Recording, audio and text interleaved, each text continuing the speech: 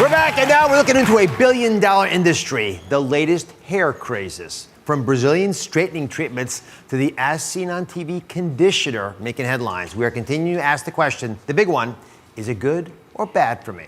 We're going to start with the wildly popular cleansing conditioner, When. Now, there's a recent class action lawsuit filed by 200 women claiming the product is causing baldness.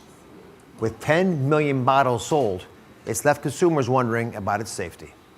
Cleanse, rinse, repeat. A lot of styling products. Joy cleanses every 2. If you've ever stayed up late watching TV, And you just rake that through the crown. chances are good you've seen the When by Chaz Dean infomercials. I'm going to share with you some tips and tricks on how to get the most out of your When. Hair care products endorsed by Brooke Shields and Alyssa Milano. When is not an ordinary shampoo. It's something completely different. Online, Chaz boasts about his hair products being healthy and holistic, even made with natural ingredients. But a recent lawsuit claims hundreds of women who used When products experienced this. Their hair slipping out, bald patches, baldness. David Andrews of the Environmental Working Group says in addition to the lawsuit, over 17,000 people have complained to When about hair damage. And this is not just women, this is also children and girls under the age of 12 where there's reports of hair loss. The company behind When products is contesting the lawsuit and issued this statement saying in part, there is no scientific evidence to support any claim that our hair care products caused anyone to lose their hair. What's the bottom line? Today, what you really need to know about those When hair products you've seen on TV. Joining me now is one of our core experts, Tia Brown, who studied beauty trends for Ebony magazine.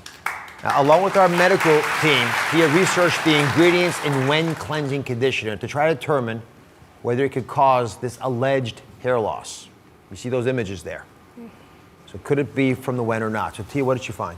So this is very interesting. The FDA does not require beauty companies to disclose their formulations. What that means is that we don't know the concentration of the ingredients in any of these items. So though there's been a lot of concern around When, it does have the same ingredients as comparable cleansing conditioners. There have been no independent studies on When yet. So we don't really know how it's formulated. It's a little bit of a mystery. So what's happening? What's causing those bald spots? So there's an interesting theory around this. People love cleansing conditioners because they make your hair feel very supple. Yeah. But shampoo is what's really needed to get the residue out of your hair. And many people believe that the residue being on your hair leads to hair loss. So experts are suggesting that you make sure that you rotate shampoo into your washing cycle. So the rule of thumb should be, if you wash your hair every 4 times, make sure if you wash your hair 4 times, 1 out of 4 times, make sure that you're using a shampoo. Minimally, once a month, you want to make sure you're giving your hair a good scrub. Now I get it. And when we look in the box of these things, is there anything that gives away what makes it better or worse than a competitor? Well, sulfate is one of the key ingredients that we want to make sure isn't in your cleansing conditioner. Cleansing conditioners aren't supposed to have irritants. All right. So next, when it comes to chemicals in hair care, the danger of formaldehyde in Brazilian straightening treatments, it's gotten a lot of attention. Take a look. It's been touted as the miracle hair treatment that will turn your frizzy, unruly locks into silky, straight hair. That's the promise of keratin hair straightening treatments, also known as the Brazilian blowout. Women love the results, but this popular treatment can cost you a pretty penny, up to $300 or more at the salon. You can also be paying an even bigger price for your health. Most keratin straighteners contain formaldehyde, which can cause breathing problems, even cancer. Now, most women are opting for cheaper at-home hair straightener kits. They claim to be safe, but are they? A Dr. Oz investigation. Are at-home Brazilian hair straighteners bad for you? So now you're all clear that the Brazilian straightening treatments in the salon can be bad for you because of that formaldehyde.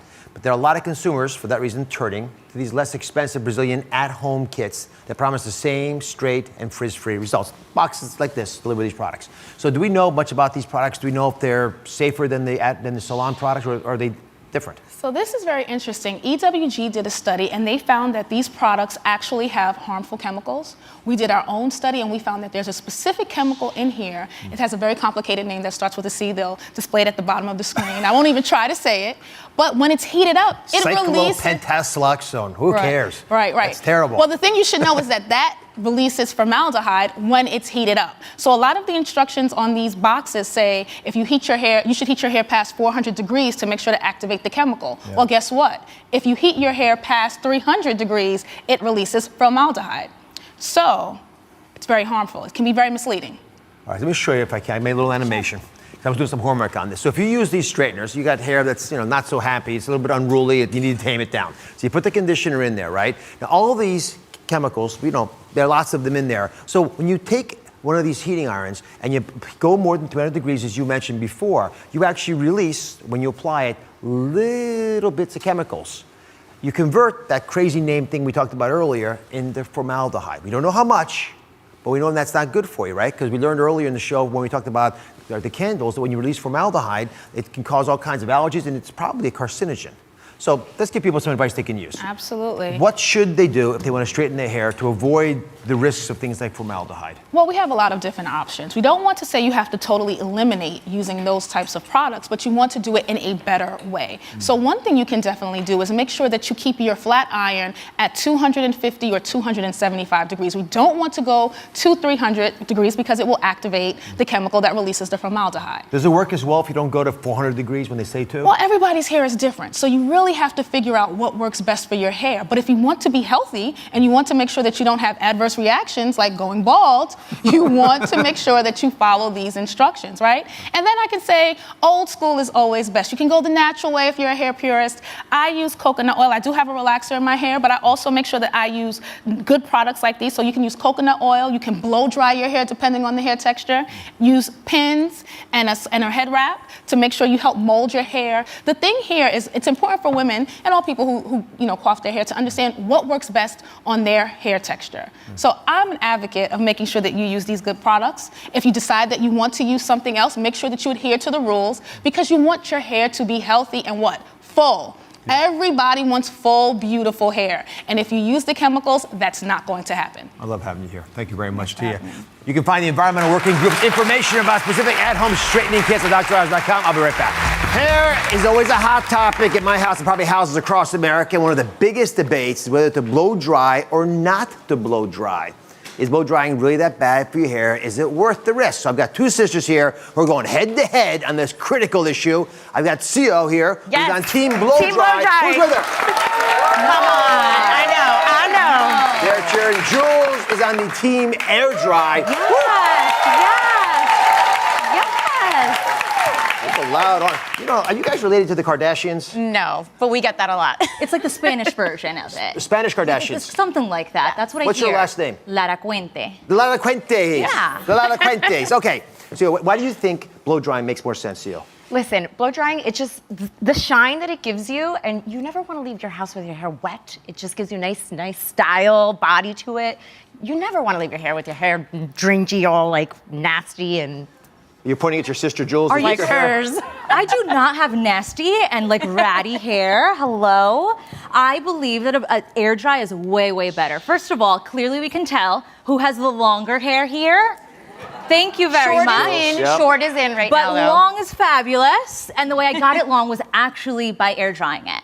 Because I feel like it damages it. Every time that I put that heat to my hair, it just doesn't work out for me. So we asked you to do a little homework before the show, and Jules was kind enough to secretly film her sister CO. Very rude to do, but it worked. Great. Actually doing one of her typical blow dry routines. So look at the camera here. So notice it's 7 o'clock in the morning when you start. You're still going there. You're almost done. Are you done there? Not quite. You're rolling it up. It's short hair, but it still seems like more than half an hour. How long do you blow dry your hair for? It takes about 40 minutes. About 40 minutes. No, it's like an hour. No, in an hour. I just looked at it. It's 59 minutes. All right. Maybe an hour, but I like hour. it to be nice and bouncy. All right, so we're going to settle the score by asking YouTube's myth investigator, Nick Uhas, to look into it. Now, he loves to get to the bottom of everyday questions just like this one. So he went out on a limb. He took a lot of risks. Here's what he did.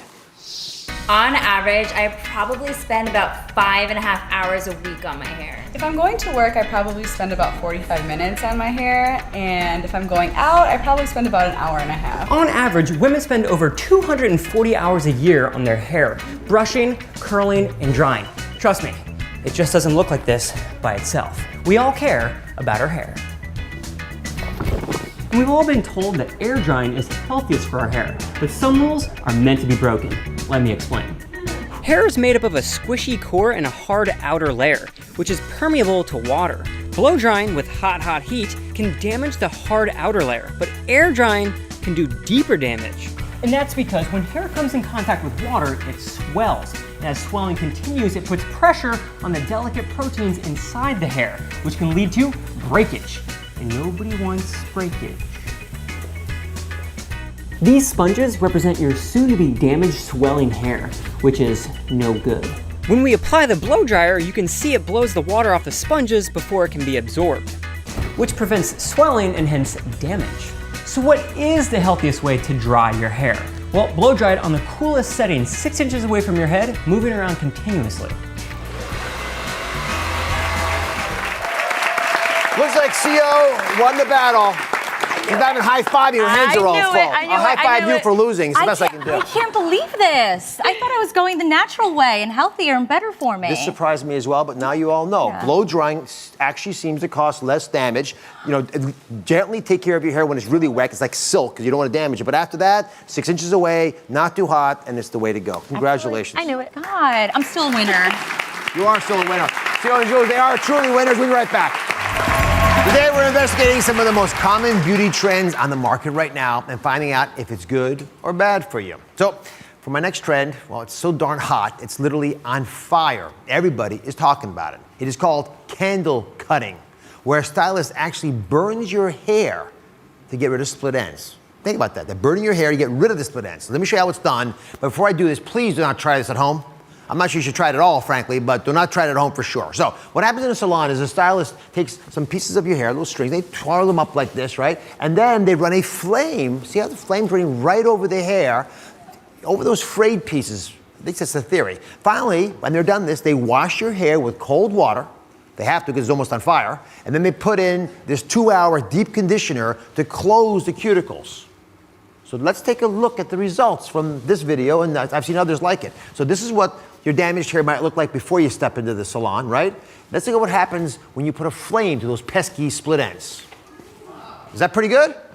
Huh, you all in? A very polite, tepid response. But the real question you're asking yourselves, because you're so smart, is whether or not this is good for you. Because it does beg that question. So it's believed that the heat opens up the hair cuticles so that nutrients, for example, the conditioner, can be absorbed faster and easier. So in theory, this sounds great. So I have a medical team look into the process further, right? And I actually think this hot trend should burn out. I don't think we should be doing this. Now here's why. This is an image of what your hair might look like. Here are the cuticles on the outside. They're like tiles on a roof. They protect the outside of the hair, and this is the middle portion called the cortex that gives your hair that body, right? Now, when you twist your hair, it doesn't always expose all your split ends. You're actually burning some very healthy, normal-looking hair.